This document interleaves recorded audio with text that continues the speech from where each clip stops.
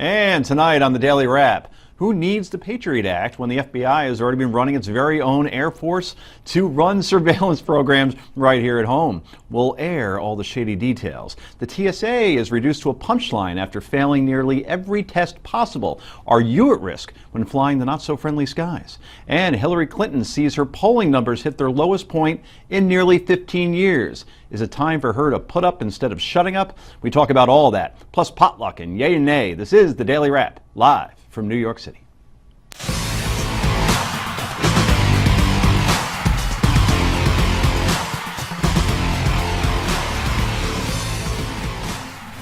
And welcome, everybody. I'm Joe Concha, along with my co-host. He is a SiriusXM radio host and senior political columnist for Forbes. He is Rick Unger.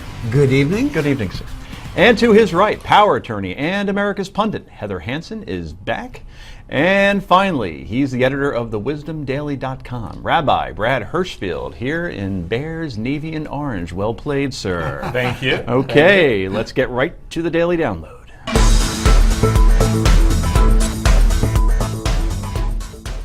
And as the Senate struggles to move forward on surveillance bills, we're learning for the first time about another spying program. The FBI now confirming it's operating a small air force with dozens of low-flying planes equipped with video and cell phone surveillance technology. The plane surveillance equipment is generally used without a judge's approval. More from Heather Hansen in a moment. The FBI says the flights are used for specific ongoing investigations and not for mass surveillance. The Bureau also pointing out that this program is not secret. Funny, I didn't hear about it before today. But it goes to great lengths to conceal its ownership of the planes, which are registered to fictitious companies serving as fronts for the government. The AP traced at least 50 aircraft back to the FBI and identified more than 100 flights in the past month or so. Let's bring in former Congressman Charlie Bass. He's a Republican from New Hampshire. Mr. Bass was also a member of the Intelligence Committee. Good guy to have here tonight, no question. So, Charlie, let's talk about the reaction to the surveillance program. It's now being confirmed by the FBI. Did you know about it before? Are you surprised? And is this something Americans should be concerned about? Well, I didn't know about it, but the program has been known about. It was first appropriated in, money was appropriated for it in 2009, about $5.2 million. But what's surprising to me is that it was apparently covert. These phony companies and different signatures, same person signing, this sort of thing. My question is, why did they make it covert? Why did they need to collect information over American cities? What was it used for, and what safeguards do American citizens have that their privacy rights have been protected? Congressman, it's Rick Unger. You make a great point. It is the covert nature of this that I think is getting everybody's attention. Look, the CIA is not allowed to spy domestically, but the FBI certainly has investigative powers within the country. I wonder if we can take them at their word when they say that this was not a question of mass surveillance, but was rather using these planes are part of specific investigations, which would be appropriate if that's true. That's correct, and I think we need to get to the bottom of this because this is just the beginning of this sort of meshing of technology and national security, law enforcement, and so forth.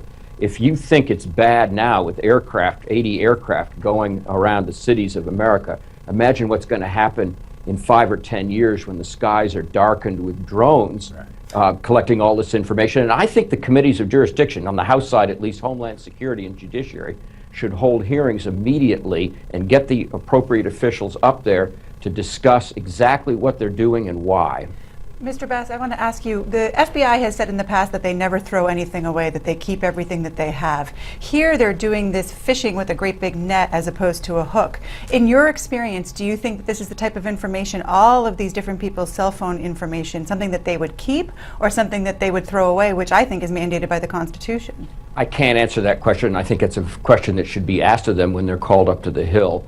The fact is that we don't know anything about this program, at least I don't, and I doubt that very many members of Congress or senators do. And I know the American people don't know anything about it.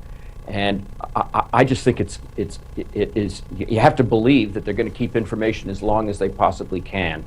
And I think it's unnecessary. However, we ought to give them a chance to get up on the Hill and tell the American people what it's all about before we draw too many conclusions.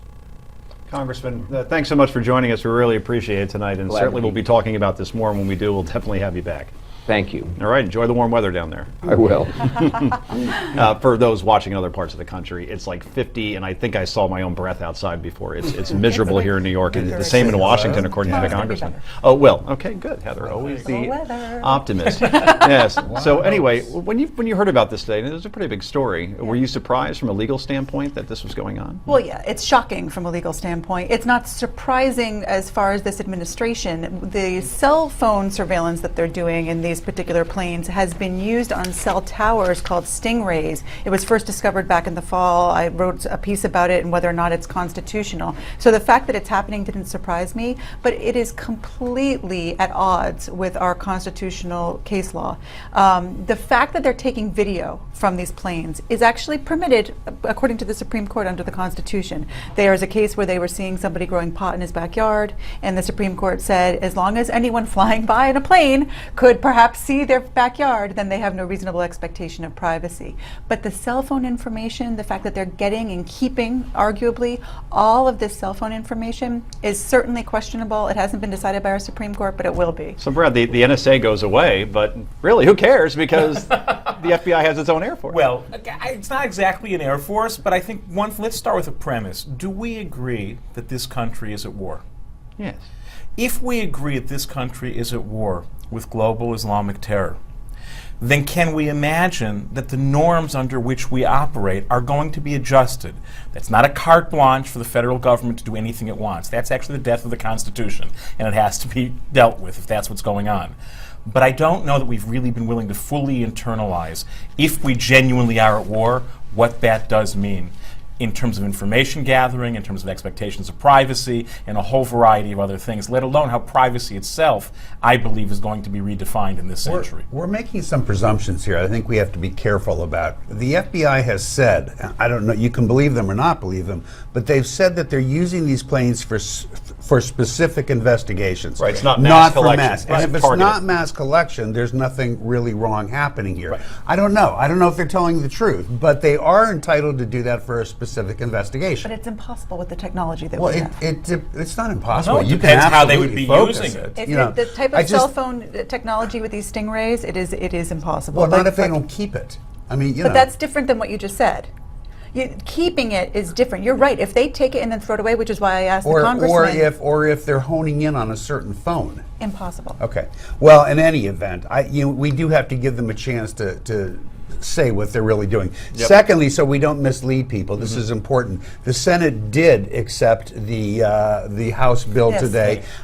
They did pass it. It is going to the president for signature tonight. The Homeland Security and NSA will be back in action in the morning. It will, So, right? yes. I just want to know how much pot that guy was growing in the yard you were referring to. And why Boy. you didn't get any. Oh, Right. stop it, stop it. It must be a forest back there. Anyway, this is another government agency is under scrutiny this evening. President Obama says he still has confidence in the Transportation Security Administration, that's the TSA, despite a scathing report on stunning security breaches at our nation's airports. Airport screeners failed to detect mock explosives and banned weapons in, get ready, 95% of tests carried out by undercover agents. Let's repeat that again, a 95% failure rate. This is shocking. If there's a silver lining here, it's that it is so shocking, it's going to require immediate action. This has got to be a top-to-bottom effort, looking at the trainers, how we hire them, how we train them, how they perform their job, looking at the equipment that's supposed to detect a lot of this stuff. And in the least surprising news of the day, the acting TSA administrator has been reassigned as a result of this embarrassing report. How does this happen, Rick? Well, what's surprising is that he wasn't fired, that he was reassigned. Look, one thing we have to be careful that people understand. It doesn't mean that 95% of all tests are wrong. They did pick certain specific places they knew were trouble areas to do it, but it is not good. Not reassuring at all. No. Particularly that one grenade that got through looked like the Yeah. size of a beach ball. We clearly have a problem on the ground. Secret Service, TSA, we've got no problem in the air with the drones and the planes, but on the ground we have a problem. True, Brad. 10 We've seconds. got to turn security from a job into a career and get the highest level people doing it. It's a human personnel challenge. And that'll be the last word there. Coming up next, Hillary takes a stumble in the polls. We talk about that next. Keep it right here on Newsmax.